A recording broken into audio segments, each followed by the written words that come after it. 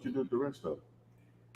Text me and I'll text you back. Text me, then I'll text you back. Text me then I'll text you back. You text me, then I'll text you back. Text me then I'll text you back. TikTok, you don't stop. I will help you make your paper stack. Where you at? Where you at? Where you at? Where you at now? 205-964-5243. Now you know. Yep. 205-964-5243. Now you know. Oh, is that on? It is on. Yes. That's on right there? Yes. Okay. See, well, you the talent. You supposed to be sitting down. That's recording? You stopped it. How did I stop? I don't know. You know how it be funny acting. Okay, whatever. All right, so let's get it. We're here to talk about real estate investing. Strong emphasis on wholesaling real estate. It's Wednesday, so you know what that means. It's Kelly A. Mead. Is that what it is? No. C? No. I was about to say we need to figure out how I can put a W in there, huh? Oh yeah, Kelly W. Mead. Okay. All right. Yeah. So we're here to talk about this thing called real estate. She's a investor / broker, so she has a unique perspective, better than mine, and so we're here to chop it up. So if you want to join us on the live stream and get your questions answered, text Gator to the number, follow the instructions in the video, and we'll put you on the live stream to get your questions answered. So if it doesn't look like I'm paying attention, I really am. So, it's been a little busy day. So Kelly, she does a really good job at explaining things. I'm here. I'm gonna be participating. So just give me, so anyway. Text Gator. The superpower of all of this is the paperwork. This contract I've been giving away since 2002. Giving away since 2008. Been using myself since 2003. Text the word contract. You can get free access to it. And please, please, please follow the instructions in the video. If you come back and say, hey, I didn't get the contract, that means you didn't watch the video. Period. Boom. I'm going to send it back to you again. All right. So, Ken, you want to partner with us? 5050. This video explains how to do so, how we get down on that. Most people fail in this business because they never figure out what a great deal is.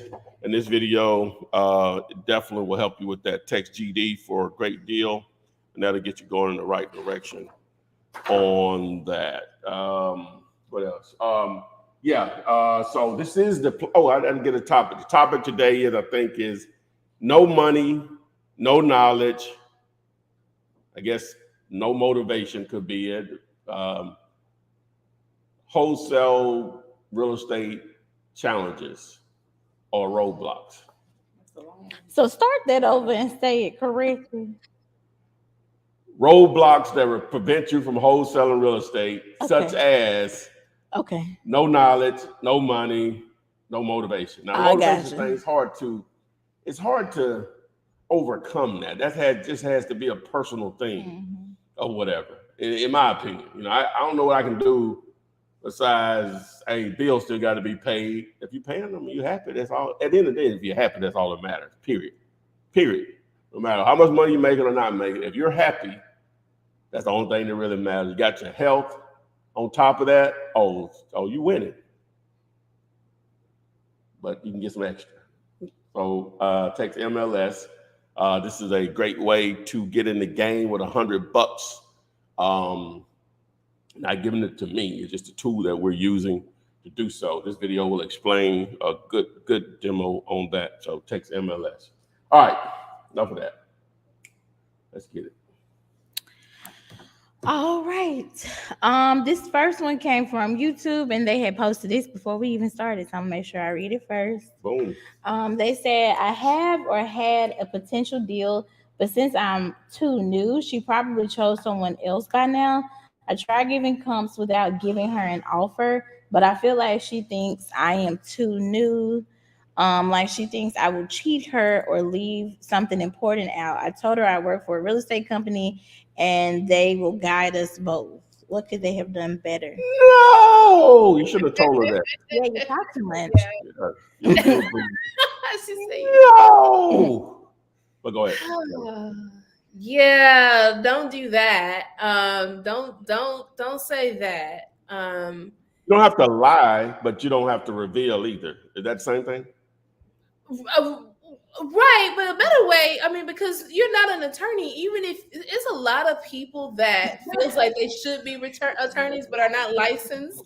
And just like financial advisors, just like doctors, like if you don't carry a license to have certain conversations, you always will say, I'm not the lawyer here, but we're gonna let the lawyers do this. But let's take care of this part, right? Whatever the part is that you're the expert in, but all the legal documentations, and even if you have access to a contract. I know Ty has a contract, so but even if at that point there are some terms that you don't understand in the contract, you say, well, let's let the lawyers explain that. Everything will be explained at closing. I'm not a lawyer. You're not either. I don't want to represent you as a lawyer. That's very easy. That's very true because you're not, and you can let the professionals do what they are a professional in. But I want to go back to because you're so new. I didn't know how much of that was just you thinking it or someone actually saying it. But I would tell you this, like, if someone chooses to go with someone else, it's not because, they think that you're new or you can't get the deal done. I was speaking to someone yesterday and he just said, I was just calling every number that I could find that said that they buy houses. Like that's what free market is. They're just looking for who's going to give them the better deal. It has nothing to do with your ability to explain anything or how much experience you have. It's just really just like you do for when you're shopping cars. You're gonna look for the best car deal that you can get before you decide which one you want to go to. Same thing happens here. So I don't want you to feel discouraged and even because we can add that to a part. Like that's a part that causes you to be demotivated if you start to have all these fears that you start creating that of reasons why you won't succeed. Then it will happen. So I don't want you to get stuck in that part. It has nothing to do with your experience, nothing to do with how long you've been doing it. It's all about the person that's staying consistent. But if you have any specific questions that are for like a lawyer, just tell them. We'll let our lawyer answer that. And then if you don't have one, go call every lawyer you can and then establish a quick relationship and then put them on the phone with the person that has a legal question. All right. You have anything to add to that, Ty? You nailed it. Nailed it. All right, the first question on Instagram: during a double close transaction, am I actually taking title to that property? But I closed with the end buyer. I got judgments I'm worried about. Yes, you will be taking title for a short period of time. You will technically be taking title to that property and transferring it on the same day. So yes, you technically will be taking title. That's why you would also have to take on any closing and recording fees because they're going to record that you took title to that property, even if it was for 60 seconds. All right, this question is from TikTok. This person has 11 acres in Atlanta, zone commercial and with high density residential. Do you buy land? Do we buy land? Tell them if we buy land, Ty. Wholesaler for sure. I don't know if that's answering your question. Yeah, what makes it a great deal? You gave some specs on it, but what makes it a great deal? We would love to look at it. Kelly can expound more. All right. Let's see. This one came from Rock Anderson on YouTube. This one says, how do I start a title clearing process after I lock up a deal with the seller? Do I hire a real estate attorney or does the title company search the title once I send in a contract? Good question. It depends on what state you're in. So there are some states that will allow a title company to close on a property. There are some states that require a real estate attorney to close. But either way, yes, both of your options are true. You can go through a real estate attorney. Usually there is a little bit more, it is a little bit more expensive simply because they have more fees that are associated with it. In the title company, you will always go through a title company to do the title search. But usually if you go through a real estate company, they will have, they will have a title company that they use to do the title search portion of the, to get the title search. I kind of double said that, but to get the title search, and you have your title insurance as well. So yes, you will want to build relationships with real estate attorneys and with title companies. So depending on what type of deal it is and what state it's in, you know, who do you need to go to get that title ran. All right. Let's go to the next one. Let me see. I'm trying to start reading them before I just peek. Please do. Oh, this one says, what are the top 3 things you need to understand in order to jump off the porch? That's a good question. I like your phrasing. What are the 3 things you understand do you need to? So the number one thing that you need to understand is a quote that I really love to say that I say a lot in a mastermind I'm in. My coach uses is, it has to work or it has to work. So you have to get into this. Like, don't decide to get into this if you don't want to go all in, if you don't want to give it your all to get a deal done. So it has to work or it has to work, meaning that you're not going to give up just because you hit a wall. So first things first is make that decision. Your computer. Second decision is second thing you need to understand is everything is not going to work out the way that you planned. But as long as you seek guidance and understanding and stick with it, it will eventually work out. And then the other thing that you have to understand is there are so many things that you won't know, and it's okay. It's completely okay. As long as you understand those 3 things, the semantics and the technicalities of wholesaling is the process is so simple that you can literally get started not knowing what B to Y looks like, as long as you know what A to Z, where you want to be at from A to Z. All right. And I like his profile picture, because at first he looked like he was actually like on the screen. It looked live for a second. Go ahead. Well, 3 things. They said 3 things that you must do. You need to understand. Yeah. Number 1, it's not easy. That's number 1. And don't confuse simple with being easy. It is a very simple process. Just as simple as it sounds, it is that, but that doesn't mean easy. Number 2, at the end of the day, it boils down to however method that you go about it, or methods, is about, are you talking to enough people that own real estate in some form or fashion? Are you talking to enough people that want to sell real estate? And it's a numbers game. And understand you have to get to enough of those people to turn those into deals. Now, there are a lot of ways to do deals. If we're just talking about wholesaling, the numbers are what they are.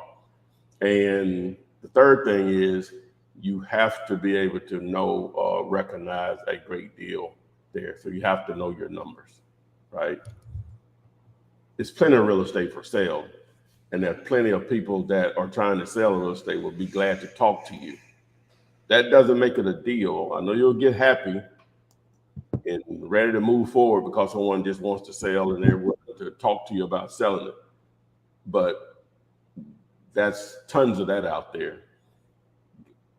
Is it going to make sense for you to be able to do a deal? So number one, no, it's not easy. Number two, no, you gotta talk to a lot of people that own real estate that want to sell it. And number three, you have to be able to recognize a deal when that opportunity presents itself. Because if you can consistently find great real estate deals, you don't ever have to be broke. All right, this is a follow-up question with the young lady that had 11 acres in Atlanta. She said it runs on I-20. It said how to mean, but you had asked about what makes it a great deal. Does she have a price? Is she dealing with the owner? There's so many other factors. Does it have road access? Is there an existing structure on the property, such as a house, a business building, or a mobile home? Does it have road access? Has there ever been utilities established there? All of those things will factor in whether it's an opportunity or not. Number one, though, who are you dealing with? Are you talking to the actual owner, or you just seen a sign on the property? All right, this also came from TikTok. Is wholesaling still a good investment with the inflation and other things going on in the economy? I know we've mentioned this a couple other shows. Like, it's always a good time to wholesale properties, because wholesaling, and no matter if it's real estate, cars, refrigerators, couches, appliances, as long as you can find an opportunity to buy a product at a lower than market cost and sell it at below or above what you pay for it, it's always a good time. It's just like flipping. Now, the one thing about wholesaling is I would not consider wholesaling itself as an investment, because it is active cash flow. It is not passive income. You have to continue to do it. It's active income, essentially. And so you can invest in the business to generate income, but the actual investment piece will be the buying and holding of real estate in some capacity. But it's always a good time to wholesale real estate. Right now, we're in a phase of the market that's called the denial phase, where we are slowly switching out of, and we've kind of already gotten there in some parts of the U.S., where it is now transferring back into a buyer market, and sellers are now starting to realize that, what their neighbor got for their property in 2021 of February, they're not going to be able to get for their property in June of 2022. The market has changed that much. And so you would have to ride those waves, and it may take a little longer to get to that sale, because it's going to take some time for sellers to come to the understanding that we're just not in the same market as last year. And once they do, they'll come down their prices, and you'll be able to get the price at properties at the price we need in order to flip it and wholesale it. So that is why it makes it always a great time to wholesale properties. Let me ask you, as far as you saying wholesaling is, you say it wouldn't be considered investing?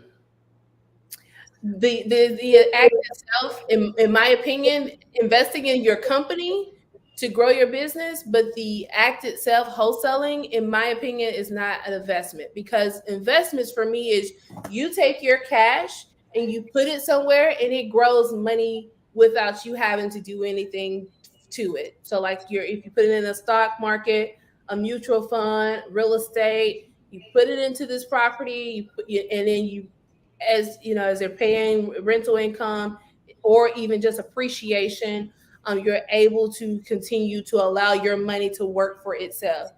For wholesaling, you have to actively do something in order for your money to grow each and every time. And you have to do it again and again and again and again. You have to continue. It's kind of like when realtors go and sell houses. If we're not selling houses, we're not making money. So selling houses as a realtor is not an investment. Okay, so on a rental prop, so flipping, so if I buy, fix, and flip, that's not investing? So, you are investing in the business, but the actual act of it is not an investment vehicle. Okay, I think so she if means I have like passive income. if I have a rental property, stuff has to be done to the property to maintain it to keep going. But no, Right. the term was you don't have to do anything. No, you have to do something because it still has to be managed. See, if I put something in the stock market, technically, yeah, I don't have to do anything else. If I'm just going to, I'm saying I'm in the long term, I literally don't have to do anything else. So it's different. My point is, again, there's different levels of investing. It's just different phrases of it, because with a rental property, you still have to do something. But if I spend $10,000 in marketing for wholesaling, the money, if it turns into 100,000, that's not growing. You're investing in a business. You're investing in your wholesaling business, but the act of wholesaling itself is not an investment because you have to continue to do it in order for the money to grow. If you die tomorrow, will you be able to make money from wholesaling? Sam Walton is dead, but Walmart is still making money. Because it's an investment in the business. I'm just saying, but stuff has to be done in order for that to continue to run. Or what? Right. No different than a runner property. Stuff has to be done in order for it to run. So the wholesale stuff has to be done in order for it to run. It's just different things have to be done. Now, again, if it's something, if you invested in a mutual fund or a 401k, yeah, you just continue to just put money in it. There's no real maintenance to it. But a rental property doesn't compare that, because stuff still has to be done to it, or else. Yeah, she's just saying that's passive income she's talking about. Well, it's still not technically passive, because you have to do stuff. Well, passive, so if you use that, you have to define what passive is in a way. You have to define what it is, because you could set up a website and put a product that's linked to Amazon or whatever, and you literally don't have, in some situations, you literally don't have to do anything. Would you consider that investing? You're investing in your business, but what if for some reason the market turns, and it's just like the stock market? Because if you use that analogy, you technically have to do something, somebody has to do something in the stock market every day. You don't know. You don't. Yeah, you may not have to do. Some people, just using an example, Netflix stock, it took a tumble compared to where it's been recently. But a lot of people, for the long haul, it's not their first rodeo with that stock. They still don't literally do something. The point I'm getting to, there are different ways of investing. If you want to say some are more or less more active than others, then yeah. But anytime that you spend money to make money, it is a form of investing.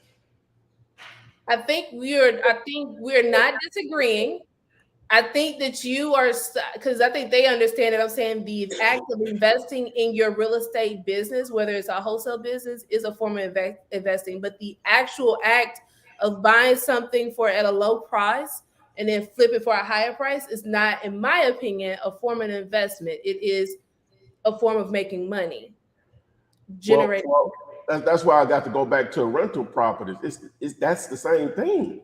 It's just different, she's saying because we get opportunities because of what, Kellen, with rental properties sometimes, because either they managed it in the ground or they didn't take care of it, which is a form of managing in the ground. A lot of times in some of those situations, they still get X amount of rent, but just because of how hot the market may be or whatever. But at some point that may catch up with them, because if they were not doing something, then it's not going to continue to thrive and grow as it possibly should. But something has to be done. That's what I'm saying. Money still has to be spent in order for that investment to grow. Now, because one business you're spending money in a shorter time frame to get the return, it's still investing. Now, again, you might have to add another word on top of that investing to come to that conclusion. That's the only thing I'm saying.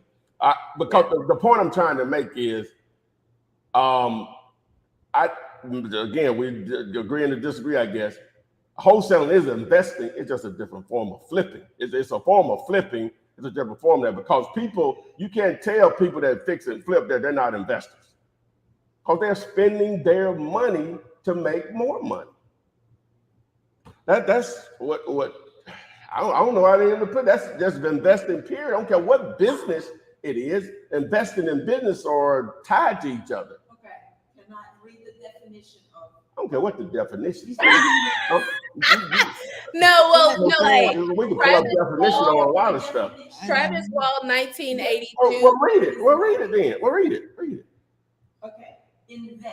What does it mean? It means to expend money with the expectation of achieving a profit or material result by putting it into financial plans, shares, or property, or by using it to develop a commercial venture. That encompasses everything we just said. Right. So the first part of that statement says it. Okay. That's why I want you to read it because it could be interpreted differently. Okay. You say put it into property. If I put a contract on, that's putting it into property. You ready for the next one? Are you ready for the next one? Yeah. Well, Gerald was on here, but he left. But again, like I said, people literally have video that they put up on YouTube years ago and linked it to an Amazon product and are still getting money from it. What is that? They hadn't spent any money, like literally no money. What is that called? That's earned income. So so with Travis Wall, 1982, he gave me. I said active, but that's what I was trying to look for. Is there's a difference between earned income, passive income, when we were talking about investment. And for me, I was saying that wholesaling, the act itself, not the business of wholesaling, not if you decide to create an entire business with employees, but the act of wholesaling, which could be for anything, buying something low and selling something high. That's earned income. That's not a passive income because you actively have to go and do that each time in order to earn an income. You can make investments for marketing and make investments to you didn't answer the question. That's the business part of it. But the act itself is not, in my opinion, considered passive income. You put up a video, put a link to it to Amazon. You hadn't spent any money. You haven't done anything else. What is that? Well, that's my point. Because even with rental property, you have to do something. Yeah. It ain't just you just don't buy a rental property money, you don't ever have to do anything. It doesn't work that way. So that wouldn't fit into that passive income, the definition. Because people take passive as, once I spend the money, I don't have to do anything else. That's most people think when they think of passive income. Well, that's a bad way of describing it. That's my point I'm making it. Because that's the understanding of most people. Passive means, I don't have to do anything. The money coming regardless. Okay, come on. They're tired of you. They're not saying that. Just let them. Right. Because what he said is resonating with someone, and that's all that matters. Yeah.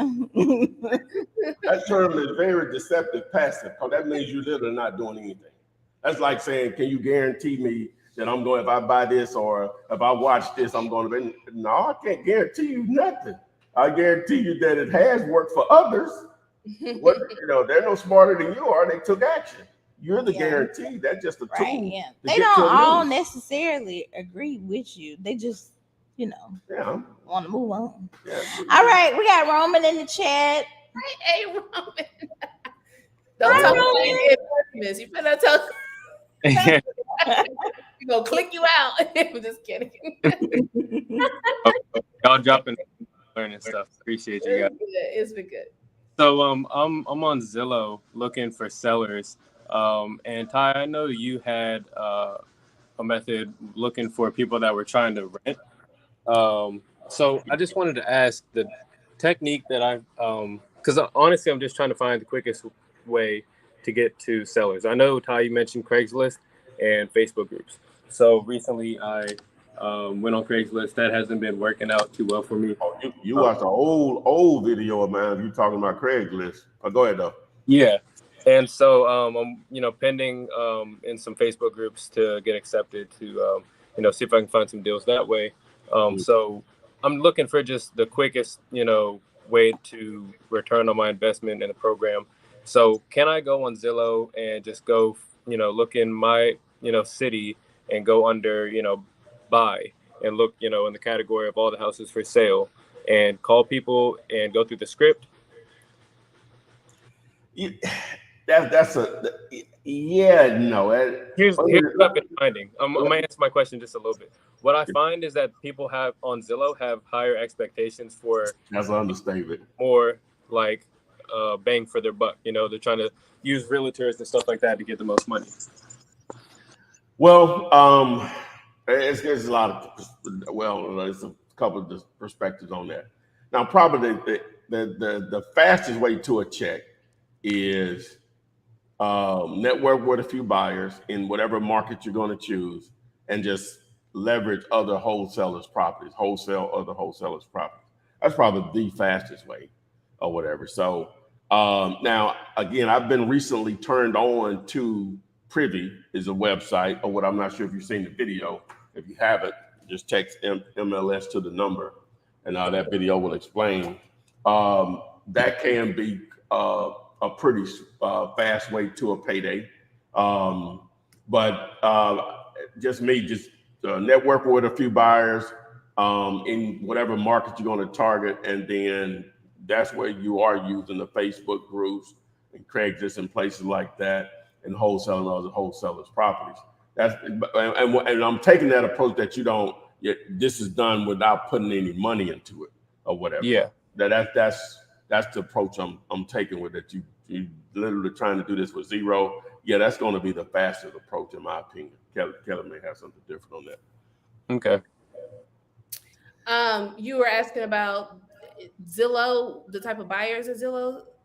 Yeah, basically asking if sellers. Zillow, for sell by owners, sellers for Zillow are probably your, as far as you have a level of motivation, they're probably the least motivated. Because we got to remember, Zillow is pretty much the number one source that people go to to buy property. So it's great that if you find a buyer that is interested, that's why they make a lot of money on the back end from realtors to market to potential buyers. But for sellers, it's probably the as far as what we do as far as wholesaling or buying property at a discount, it's probably the least amount of motivated sellers. So unless you have someone that can take that on and that's what you're kind of diving into, just be prepared that it's going to be a lot of deals that you can't do just because their motivation is super low. They would need a higher level of motivation in order to get a deal done off of Zillow. And that brings up another point too, is the kind of condition of the property. I'm not finding a whole lot of, I'm finding decent properties, like in the 7 to 9, 10 range. So, which I guess doesn't really leave a whole lot of room for renovations and improvements on the investor's end, which means it wouldn't necessarily be a great deal. Is that right? Right. So there's not a lot of negotiation room because there's not a lot of value add to it. So, and a lot of during when interest rates were super low, you saw a lot of people that were willing to, a lot of investors that were willing to pay top dollar for move-in ready or properties that didn't require a lot of value add because they wanted to basically do the Burr method or turn these loans or get as many loans as possible because they had low interest rates. Now, with interest rates shot up, that strategy is kind of on ice right now. And so people are having to resort to either really using their cash, pulling cash together, or trying to find some other vehicles where they can get some owner financing. And when that happens, you usually have to deal with the owner that is motivated to sell, and it usually has some value add on that in that property if they're motivated to sell because they can't sell it on the MLS or they won't do well on the MLS. Makes sense. Okay. Well, I guess that answers my question then for Zillow. Thank you guys. Appreciate it. Thank you, sir, for joining us. Join us again. Great questions. Okay. Do you have any? Okay. I feel like I have to. No. Okay. Let's go back to YouTube because I always got some over here. Okay. How can someone partner with you?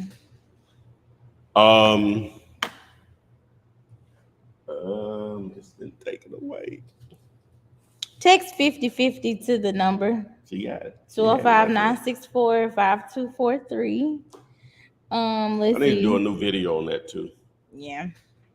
This one says, when using the Dealator calculator, is it okay to assume the property is in non-livable condition when it's unseen? In other words, is it a big deal to over-evaluate the repairs? It's not a big deal if you're doing sight unseen. I think you should definitely be more conservative if you're doing if you're making a lot of sight unseen offers.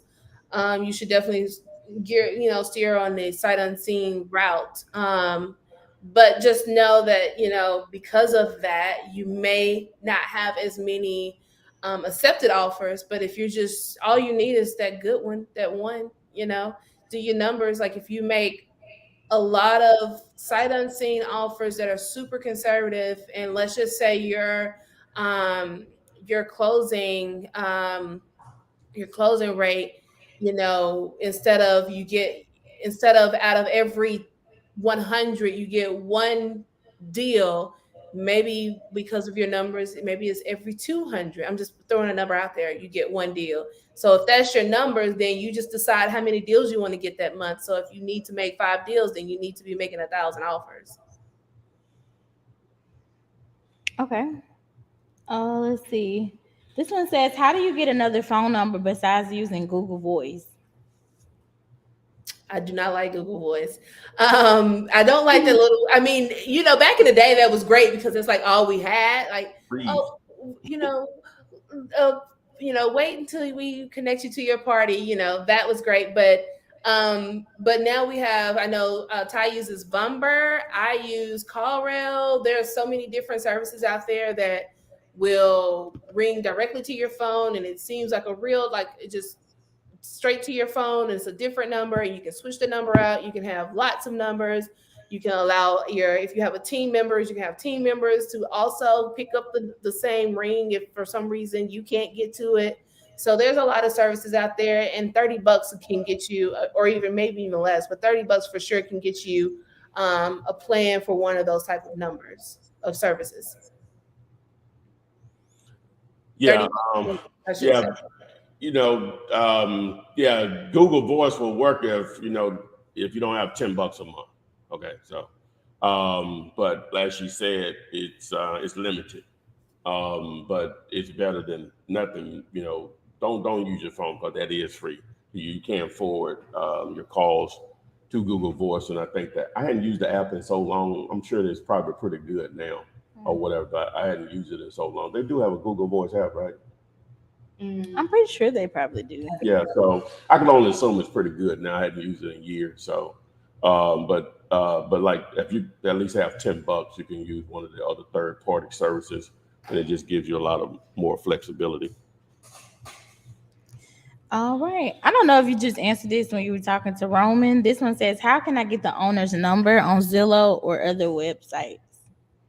So on Zillow, you have to probably click through, but it'll say owner details on there. Now, I don't know what number, because they have to put that in. I think also Zillow goes through a process of verifying because the listing doesn't immediately go live. There's a 48-hour verification process that it has to go through when you're putting these properties on Zillow. So there is, actually, let me just go and tell you exactly where you can find it. So if you were to go to Zillow and you did a for sale by owner, I'm just assuming for sale by owner, obviously the agent's information is readily available on these type of properties. And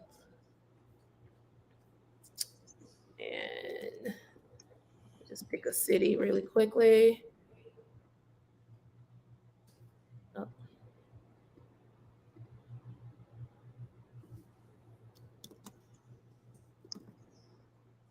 Do y'all have the thing where you can show screens again? Is that working this week? Yeah, I think we're good now. What we want to show? Oh, I don't want to show my screen, but I was just wondering if that was working for you guys. But if you you can do it. Just put it up. I'll add it. Oh, well, it's usually it'll have like contact. It has a button there that says like contact agent, or sometimes, but usually that button is also to contact the owner. And then if you read down into the description, it'll say listed by, and then it'll give the property owner's name. So there's a couple of ways that you can get to that information. Let me take this stuff off. Yeah, put that stuff off. Let me see. Yeah, go to Zillow and then just. And what were we looking for? So if you just select, actually that one is listed. Select one that's not listed, so they can see.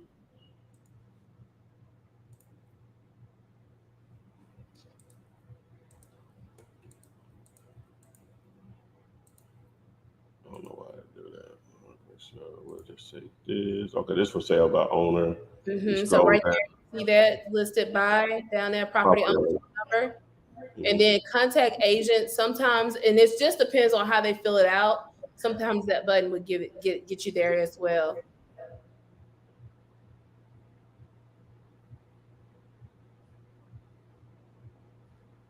Boom. All right. That.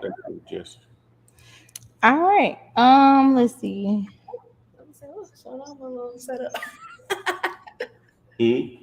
Oh, nothing. All right, this one says, I got a house under contract that needs a full rehab, roughly $60K, and the ARV is roughly $175K. Am I selling myself short by marketing this house at $30K? It's 2,000 square feet. He has. Okay, wait a minute. The rehab must be $60K, and the ARV that's what I'm thinking. Okay, the rehab is $175K. Am I selling myself short by marketing this house at 30? I mean, I don't. What do you have it under contract for? Because if he's marketing it for 30, what is it under contract for? That's the only way we can tell if you're selling yourself short. How much would you be making from it? Mm-hmm. Maybe the answer is. This one says, oh, his name is Sweet Meat. Okay. How can I buy bandit signs from you? We don't. That's what is that? Connecticut sausage. Connecticut sausage. Connecticut sausage. Connecticut sausage. Spicy. Okay. Y'all in these names, boy. How can they get bandit signs? Ty, that's a question for you. They said, how do you do what? Get bandit signs. Okay, yeah, you can just text me and I'll send you over an option. If nothing else, you can use it as a what's the word when you're trying to compare prices? Use it to compare prices. The internet is a powerful thing, just bandit signs. And you can call them and just go to sales and tell them I referred you and let them give you a quote and a time frame on receiving your signs. And then you may want to do some more due diligence on that online and locally, see if you can get a better price and turnaround time. So, all right. This one says, hey Ty, the main thing stopping me from wholesaling is I'm worried my job will keep me from being able to answer the phone calls from my bandit signs in the afternoon. Nothing to worry about. Experienced the same thing. Whenever I started doing this, I worked in a call center at Dale South down AT&T in the collections department, and they were very strict. You know, I answered the phone. People wanted to call in. from most of the Southeast that want to make arrangements on their phone bill, right? And we had to be there at, I think my shift was at 7 to 11, 7 to 11:30. And from 3 to 6, I was a split shift. I couldn't do anything in those time frames unless it was on my little 15-minute breaks, because you had to be on that phone and you were being monitored. Ooh. Right? And so, and we don't even have the technology. We didn't have the technology that you guys have available. Well, I guess I say you guys, we have available to us now when I started, because, just so many things. A lot of the apps, smartphones didn't even exist back then, because that was 2003. I think the first smartphone, technically, if you don't count the BlackBerry, was Apple, the iPhone, when it came out in 09, 10, 2010, something like that, or whatever. So caller ID existed though. So if someone called and they didn't leave a message, you call them back. Hey, someone called this number about selling a house, or someone called this number about buying a house. That still works, right? And a lot of times if they call you, because of the number of apps you can use, as Kelly and I mentioned a moment ago, if someone calls you and they don't leave a message, say, hey, if you'll give me such and such time, you'll know when you'll be able to call them back.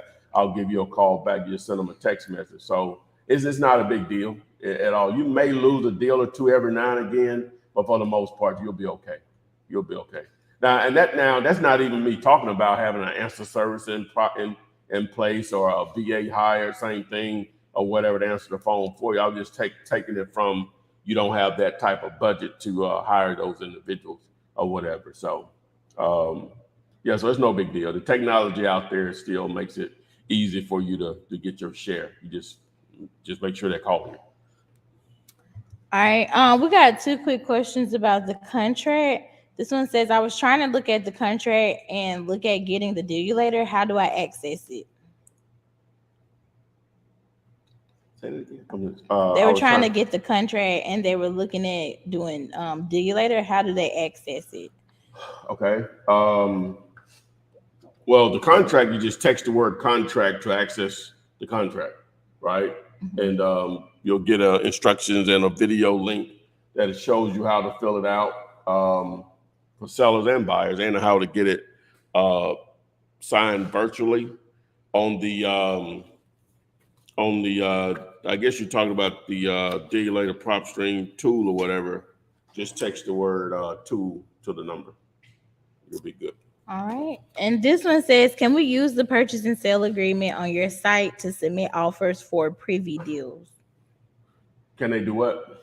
Can we use the purchase and sale agreement on your site to submit offers for privy deals? It's best to probably go through send deals on Dealator.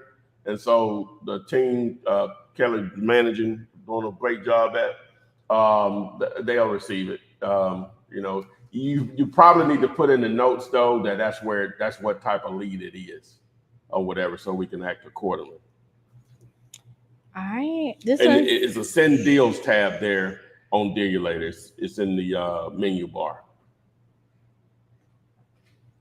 All right. This one says, which is easier, wholesaling houses or land? Also, which one would you recommend for beginners to start with? Wholesaling houses or land? Mm-hmm. Also, which would you recommend?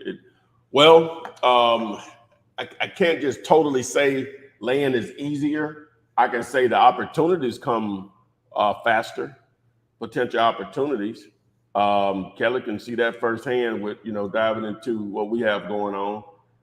It's just, there's almost too much to manage. And I'm not even spending the type of money doing it what I'm capable of doing, because I'm afraid to. We got to get it, we almost there to get it where we have a machine going. So, and I spent the same amount of money with houses. It's probably 6 to 1, 7 to 1 leads. So just with that, I guess I'm answering my own question. If you have more leads on something, you're going to probably do more deals with something. The only difference is houses are a lot, for me, I haven't got there yet. And I've been trying my best on a daily basis. Houses are a lot easier to evaluate. Land is it's similar. It's almost similar to commercial.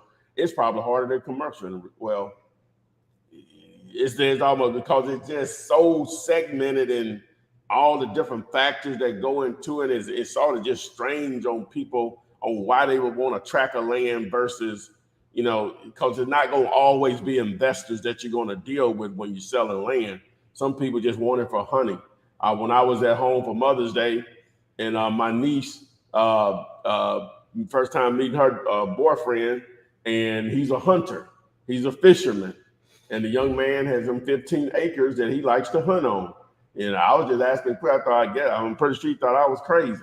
Because I was interested, and nothing I really want to do, but I was interested or whatever, because he just bought the land just to hunt on. A lot of people do that or whatever. And they want a lot more land than 15 acres. They want to add a 0 or 2 on it, depending on what part of the country it's in. So just from the sheer number of opportunities, it could appear to be easier. It could be easier. Let me back up. Once you figure out how to be able to evaluate it, I'm going to just go on the record here, it's easier. Land is easier because the response rate to sellers reaching out to you on land versus houses, it just dwarfs it. Maybe because so many people are doing the houses and not as many of people are doing the land. Kelly, do you think that's part of it? That they're not being contacted as much or whatever? And plus, a lot of people that do land, a lot of the guys that I've been following, they like to do a lot of direct mail, and I'm doing no direct mail. I'm doing Facebook ads, Google AdWords mainly, cold calling and text messaging. Got some bandit signs out, those drip in. But those are just boom, boom, boom. They're just leads and like I said, we ain't even spend a lot of money on it at this point. It's still a little bit, but yeah. Your thoughts? Well, I agree. The evaluation of land, and even with me thinking that I was, pretty good at it, like when you start thinking about all the different zoning and the uses and especially when you get out into these mountains and these rural areas, it gets very hard because there's not a lot of data that we can use. So we kind of got to just go by why most people really think that it is difficult to sell land is you have to go by what your end buyer will look like. So you start having to get creative and think about who would buy this land and if they bought it, what would they pay for it? And so essentially that's why there's not a lot of people that enter into the land segment or niche, because it is a smaller pool of buyers for land, because like you said, unless you, for recreational reasons, hunting, or you're a developer and you want to actually develop it out, or you are already a business and you have a specific need for land, the regular Joe Smo is not out here looking for 8 acres of land to buy, because they see it as a bill, because they have they're not going to build their own house for the most part. So that's the only reason why I would say that. I mean, as far as if you want to say what's easier, I would say land and houses are about the same, but it's just a different niche. And it's all about, when you want to double down on it and learn more about. I would stick to one thing first and then go over to the next sector. All right. You want to do the topic? Yeah. So what's the topic? So what are some of the roadblocks, i.e., no knowledge, no money, no motivation? All right. So wow, it could be a lot. So we're just talking about just in business period, really. All right. So a lot of people, the reason they may not get into a business that they think they want to get into is because of the lack of capital. And I don't care what the business is, a lot of times people are hesitant to make a move is because of knowledge. Now, the internet is so powerful. It's not many, some topics, some business opportunities will have more information than others, for sure. But for the most part, pretty much anything you want to learn is out there somewhere in the internet, even if you have to pay for it. I guess years ago, Kelly, when you wanted to learn something, you just had to either know somebody or there had to be a book or something that you could read. I guess that's the only way you could learn stuff, was it? Either you have to know someone, or if you have to buy a book or something. I guess once VHS and the beta disc and y'all don't know about that. Then CDs, cassette tapes, all that came along. That helped with some training because you could buy it. That's how I initially got into this. That course that I bought from that bootleg course that I bought of Ron LeGrand's was from 1997. I didn't get my hands on it until 2003, and it was cassette tapes. But if you ordered it off his site, it was cassette tapes. The guy that sent it to me, the bootleg version, burned them on some CDs or whatever. So, but it was 6 years old, but it was still relevant. Matter of fact, one of the statements that he made in the course was he was talking about different ways to find deals and stuff, and he said they even got this thing out here called the internet now. You can find real estate on it. But now that was 97. I didn't listen to it until 2003. So, the internet sort of had, taken off by that time or whatever. But by 97, everybody didn't know what it was. I know I didn't know it existed in 97. I didn't know it existed until I think 98 or whatever. The chick I was dating at the time, she started working at Bell South before I did.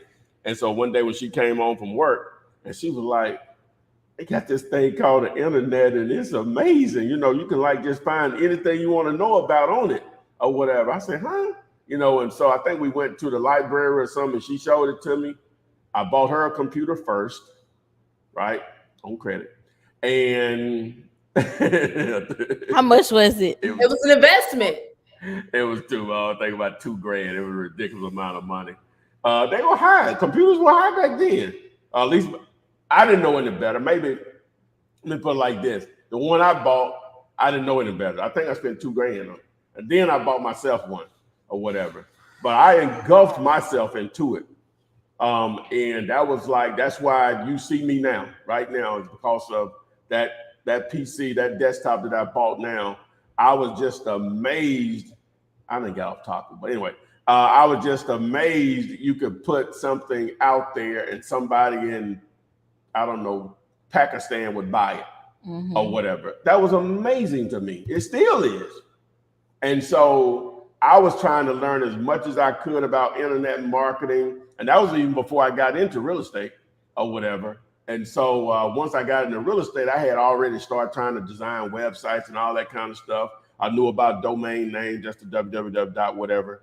And so when real estate came on, it was just like a perfect match as far as me to start the marketing. So that may be a little bit of, why it took off a little faster, because I was already versed. The only thing I hate is that, and the reason Amazon is the company it is right now, one of the main reasons, not the reason, one of the main reasons is that when Google AdWords started, they dominated it.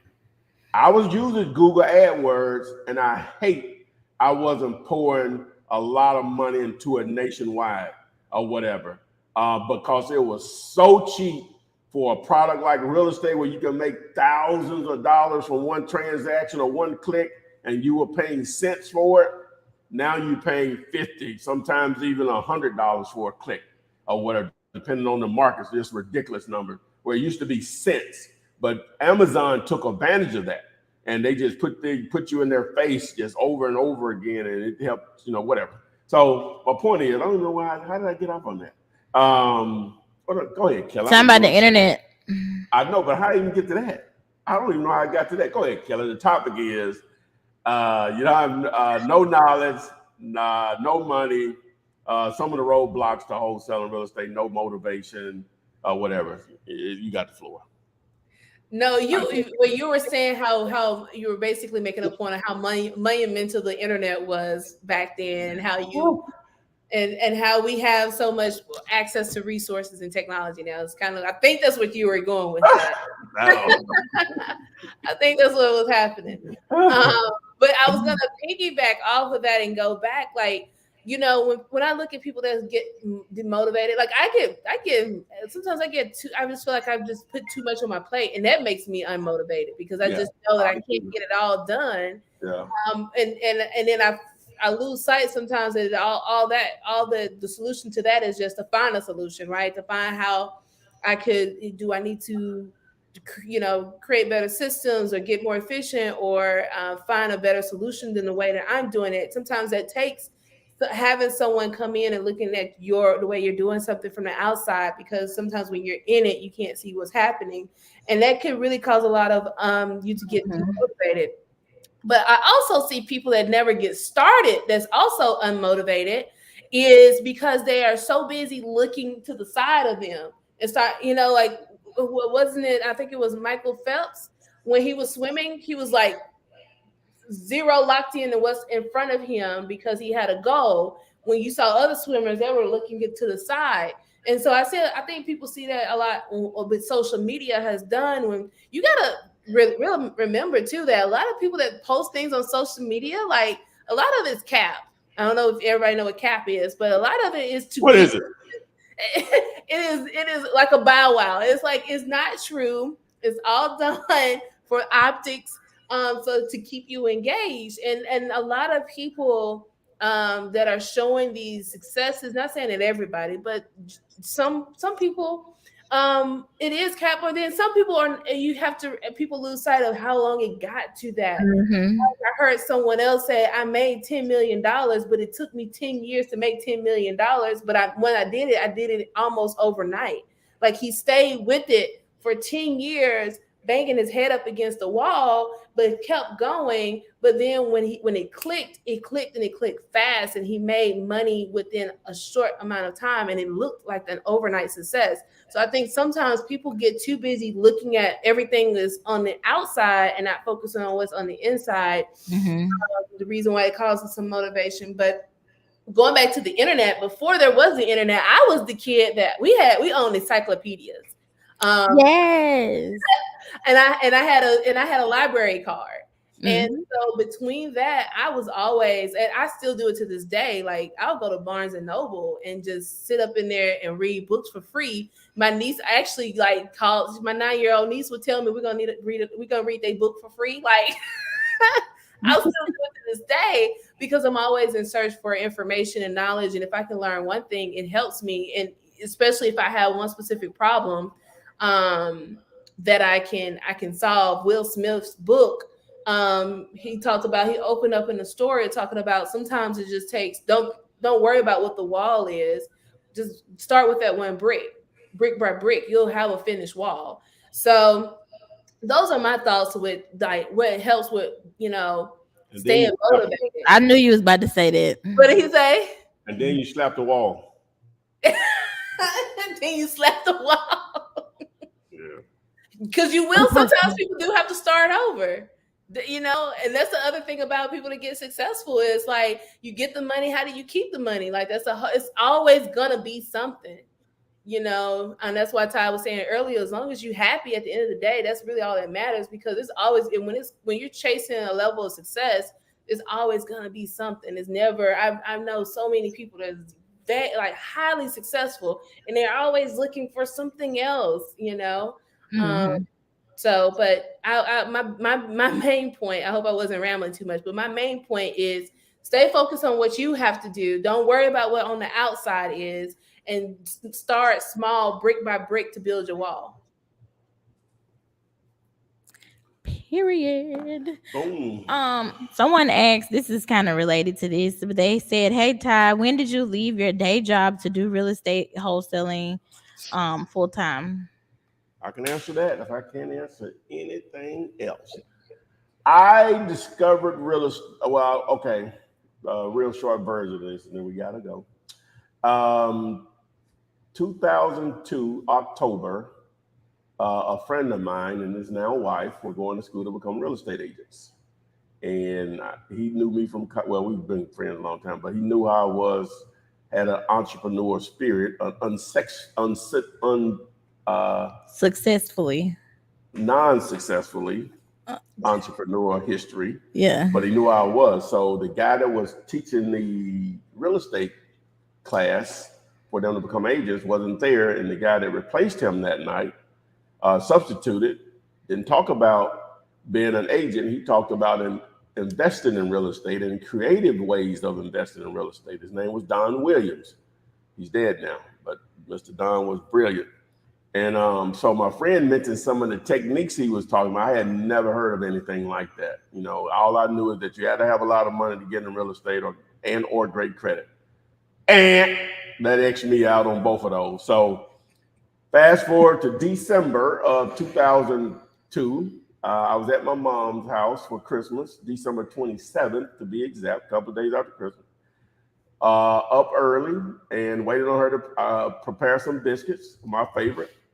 And not my mama biscuits. Oh yeah, I was saying he know his mama biscuits. He remember that part. And so while she was cooking, I was just sitting there just watching, flipping through the channels, and I saw one of Carlton Sheets programs and infomercials, and I had seen it over the years. And say Carlton would say, this person made this much money, yeah, this person made that money. You're like, yeah, right, or whatever. So I went up the dial and found it from beginning to end. Again, I hadn't seen it over the years, but I watched it all the way from beginning to end. And they didn't tell you anything now, but how much money Carter helped them make. And so at the end of it, I thought to myself, he can't be lying about all of this, right? Especially then my friend had mentioned some of the stuff to me. So when I got back then, my mom didn't have internet. So when I got back to Birmingham, I went to this entrepreneur message board. It's not there up anymore. It was called ablake.net, and asked the question, does Carlton Sheets program really work? And one person replied, yes, it does, but Ron LeGrand course is better. Did a search for Ron LeGrand's course. I don't know if it was Google or Yahoo, one of them.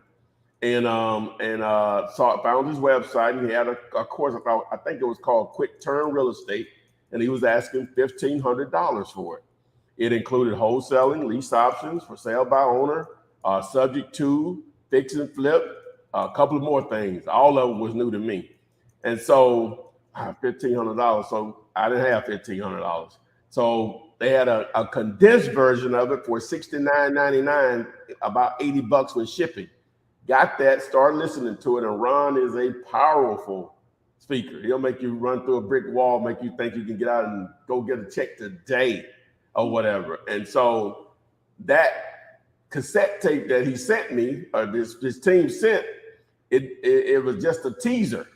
And so, hey, I had made up in my mind, if I had to get a second job, I was going to come up with that $1,500. I thought this was going to be the way to change my life financially.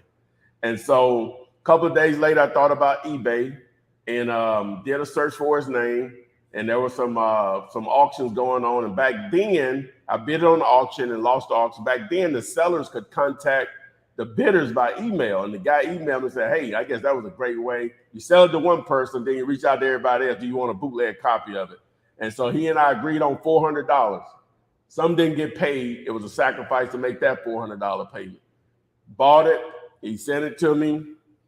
Took me about 3 weeks to go through it all. I went from knowing absolutely nothing about real estate to being engulfed with all those different techniques. The ones that stuck to me was wholesaling, real estate, so mainly houses, bandit signs to get your phone rings, because I'm an introvert. So that went right up my alley. The people call me, I don't have to call them. Oh, that's on. And lease options. Long story short, bought some signs the first week of February 2003, put them out on a Sunday. The very first two calls were deals. One was a lease option that blew up in my face. The other one was a wholesale deal closed 30 days later, the first week of March of 2003. And the rest is history.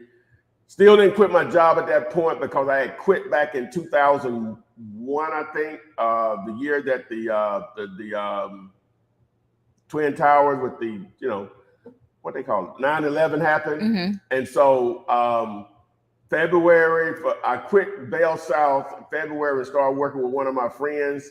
The reason I'm going back is why it took me so long to quit from 2003 to when I actually quit Bell South. But long story short, I worked out there at the cemetery selling pre-arrangement. That's basically you get all your casket, your burial plot, and all that stuff paid for before you die, so your family don't have to go through that, or where they don't have to make that emotional decision. It's already done and paid for. We were selling to my friend that made 6 figures 2-3 years in a row. And so you're like, Ty, you can at least come out there and do half of what I'm doing and still make 50 and cover what you're making now.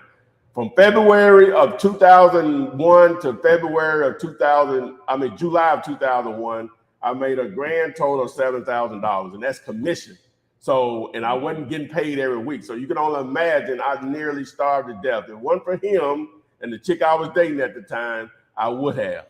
When 9/11 happened, I was laying in my bed feeling depressed because I had quit. So that was in September. And when I seen those planes go in there, tower and all that, I said, oh, I ain't got it that bad. There's some people got it worse than I do. Point being, so I started wholesaling in 2003. I quit on May 1st, 2006. So it was 3 years. I really could have quit after the first year. The reason I explained the thing about me going out to the cemetery and quit, because I was afraid to quit, because I did get back at Bell South that following year in 2002, June of 2002. And I sort of felt like I was being loyal to the people, the managers, that supervisors that spoke up for me, because people were always trying to get those jobs and they really didn't have to hire me back or whatever, because those jobs were in higher demand, well, they still are, especially back then. You had the job at Bell South, you'd be like, why would you even be looking at anything else? You know, that's how, you know, it was. And I was still in my, how old was I? I was in my 20s when I started there. So, but anyway, that's when I quit. So it was 3 years, but I really could have quit within that first year. I ain't told that story in a minute. No. And that still was a short version of it. It was. I did some calculations. So you said, did you spend the $1,500 or you spent the $1,500 on LeBron LeGrand, right? No, I didn't. No. I got a bootleg copy for $400. For $400. So that's equivalent to $650 in today's world. So you changed your life for the equivalence of $650. If people can get it for free today. You can get it free. So I said if I was going to if I had an opportunity to meet Ron going to some type of thing, somebody invited me to, he was going to be there too as a speaker, and I didn't go. And I was going to give him his bread, you know, whatever. And the other people said, well, you've already paid it back over and over again because of the number of people you've helped and hadn't charged them any money or whatever. So, but, you know, I still would love to meet him. He's older now, but he's still out there doing his thing or whatever.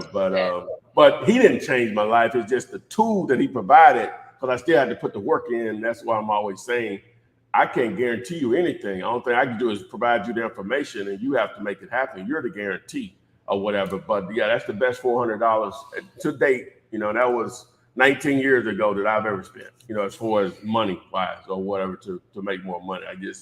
It's, oh my God, I can't even, a lot of people have been happy from that investment, more so than me. I can just say that. Anyway, so we'll go ahead and end this today. Really appreciate Kelly. We got to put up Kelly's. I got it. You already got it? Okay. I got it. Hold on. But girl, they being late, don't you? Yeah, I noticed that. It's way at the bottom. It's on the banners. Yes, at the bottom. Yeah. I'm gonna take this off too. Take mine off. We need to get her a cute one. Why's that it gray?